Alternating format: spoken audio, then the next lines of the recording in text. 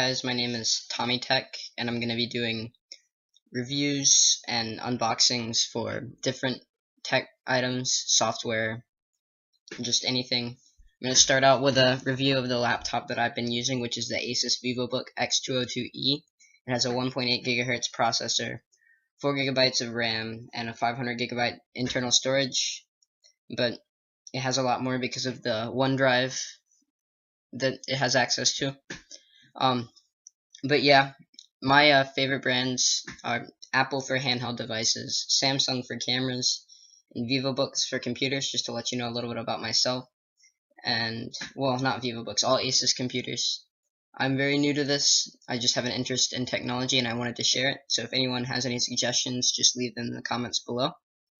Hope you like my channel and I hope you like my reviews. So this right here is the laptop itself. As you can see, I've kind of personalized it because it's been mine for a few months now. It's a lot thicker than they make it look on its advertisements. It's about 3/4 of an inch all the way down. They try and disguise it with the silver part, but it's also pretty heavy. It's not the lightest laptop, but it is small. It's, I don't know if you can see, but its surface is pretty scratched up already. That's just something that happens. And this right here is my least favorite thing about the laptop. This bothers me about just about every laptop that has this problem.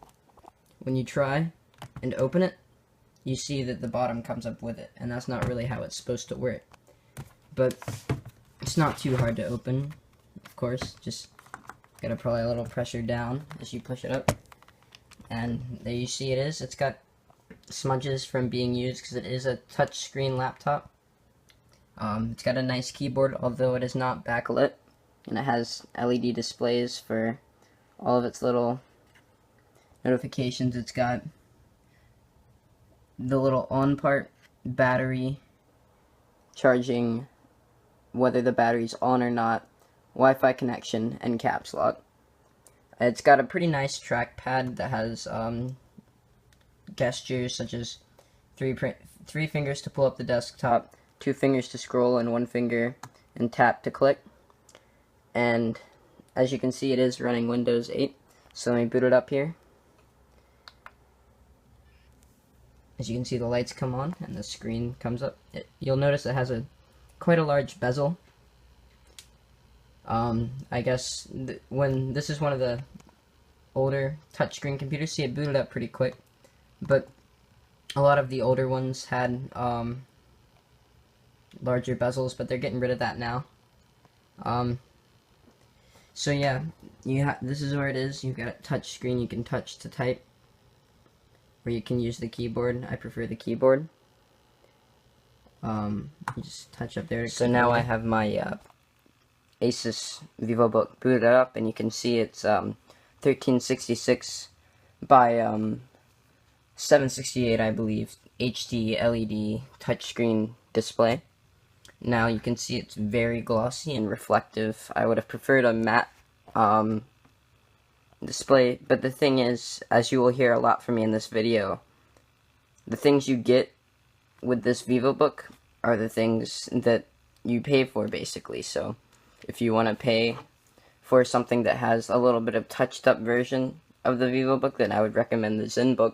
But if you want a cheap laptop that accomplishes just things for basic student needs, such as writing Word documents, taking notes, maybe editing a few pictures and a few videos, watching movies, web browsing, then this is really a good laptop to use. I believe it's a step up from the Chromebook, just because it doesn't require internet connection, and it runs Windows 8, which is a great operating system, but it's not quite above them in the sense that it's not really a full laptop, in my opinion. It's more closer to being along the lines of a netbook, just because its performance is limited in some regards.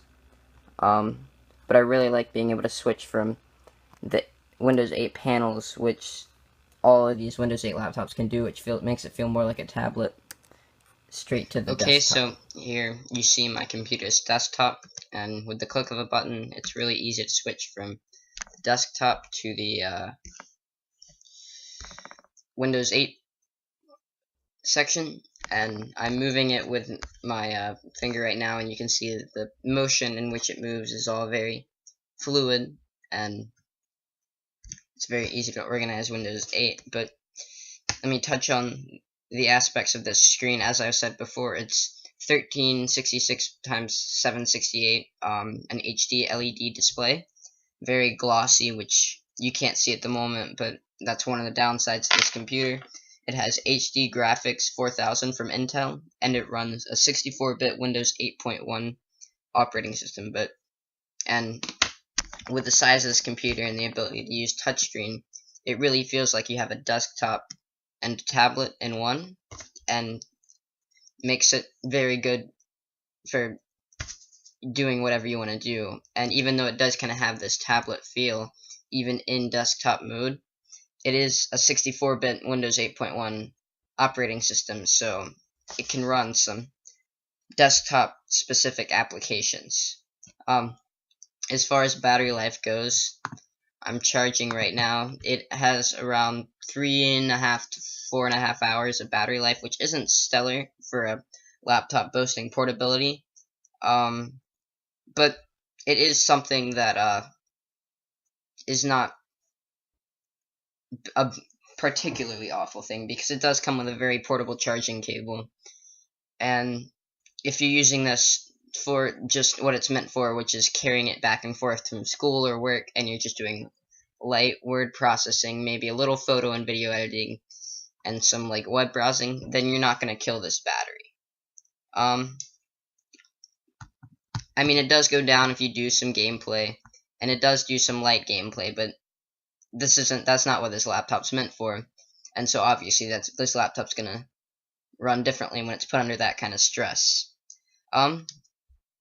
One thing about this laptop is that it does have a fan that constantly runs, which is a little aggravating because the fan does sound kind of icky, I guess, sometimes. But again, if you're only running this what this laptop's meant to run, then you're not going to see too many problems with that. So yeah, it's a good laptop software wise. As you can see, it can run quite a few just normal desktop programs. And here I'll hit up this is something you get with a VivoBook and I think other Asus products. It's just kind of a control center. You can go from power saving, turn that on, you can turn it off. I don't know why the screen brightness went down. You can see how much storage you've used, how much memory is currently available. You can go through some tutorials. I think this is for editing some of the gestures. You get an audio wizard, and you can turn your touchpad on or off, and you can see this all implemented for touching the screen. And that's one of the best pieces of software that a computer can come with, and it is capable of running other software such as video editing, just about anything you can think of that you would need on a portable school or work consumer laptop. So yeah. So now I've gone over some of the software aspects of this computer, and I guess right now you can see it's a very, very, very glossy and reflective screen, which is kind of aggravating if you aren't working in the right light, but it is something that you'll get used to.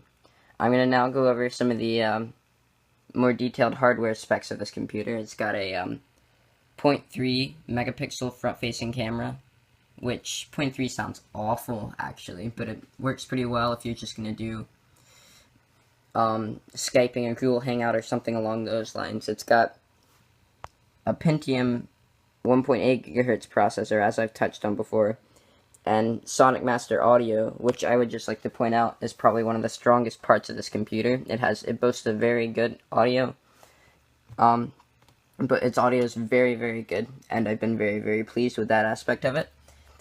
The whole screen itself is just under 12 inches. I think it's 11.9, but outside the bezel, it's 11.6, so it's got about a third of an inch in bezel. Well, actually, it's more like an inch. I don't know where they get 12.5. I mean, where they get 12 and 11.5.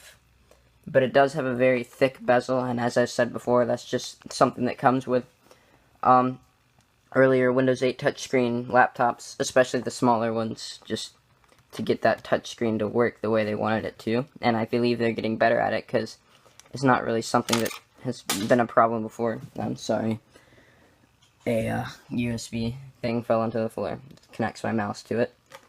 But, yep, that's basically the screen. It's keyboard, which I've touched on being nice but not backlit, is chiclety and responsive, and I'm really pleased with that. And so now I'll go over the ports and whatnot. It is aluminum with rubbery, plasticky sort of material on the bottom, and you see a little exhaust place. It's right there, and then also it's right here. The fan runs constantly, which is another thing about this laptop that's not great. But yeah, you can see its little feet, the normal information, and the Windows 8 sticker right there.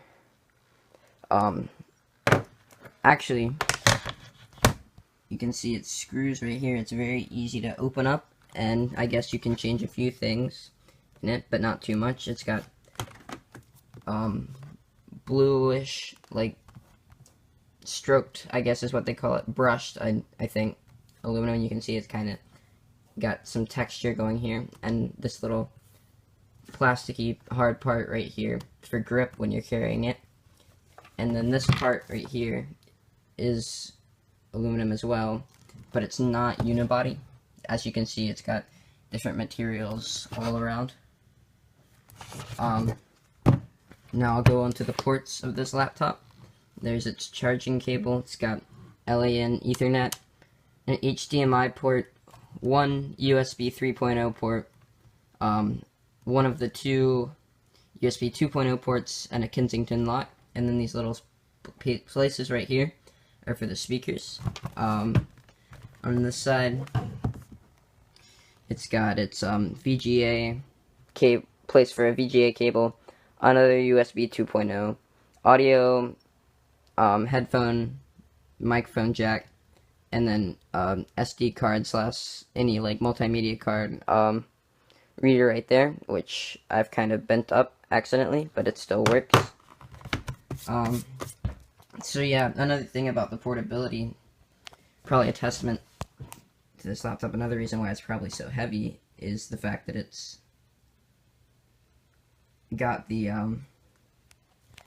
this aluminum that makes it very sturdy, kind of like the ZenBook, but just from feeling this laptop, it kind of presses down when you apply pressure and stuff, and just using it, you'll see it just kind of feels and seems cheaper than a ZenBook, and that's because it is. It kind of is the lesser version of the ZenBook for those that want that kind of device but don't want to spend that kind of money. So yeah, that's basically the hardware of it. I will touch on that it has an 802.11 in wireless, which is just standard for laptops today, just connecting to Wi-Fi. And it's not an ultrabook. It may be the thickness, because as I said, it is a fairly thick laptop, and it may be the Pentium processor, but it does not meet the specifications to be a ultrabook, ultra portable laptop. So it is a just simply a notebook that does run almost like an ultrabook, and like a non-gaming ultrabook, I guess is what you'd call it. But yeah, I've been pretty pleased with it. As far as the ratings go, I would say this laptop deserves about a 7 maybe overall. It's got its strong points are its speakers, its HD display, although it is glossy, its keyboard, and its just functionality for a student, and its not so great parts are its battery life, the glossiness of its screen, the very large bezel, and I'd say the weight and the thickness of it for the for what they broadcast when they advertise for this. When I got it, I really did expect something a little thinner and a little lighter, but it is what it is, and I, for the most part, have been satisfied with this device.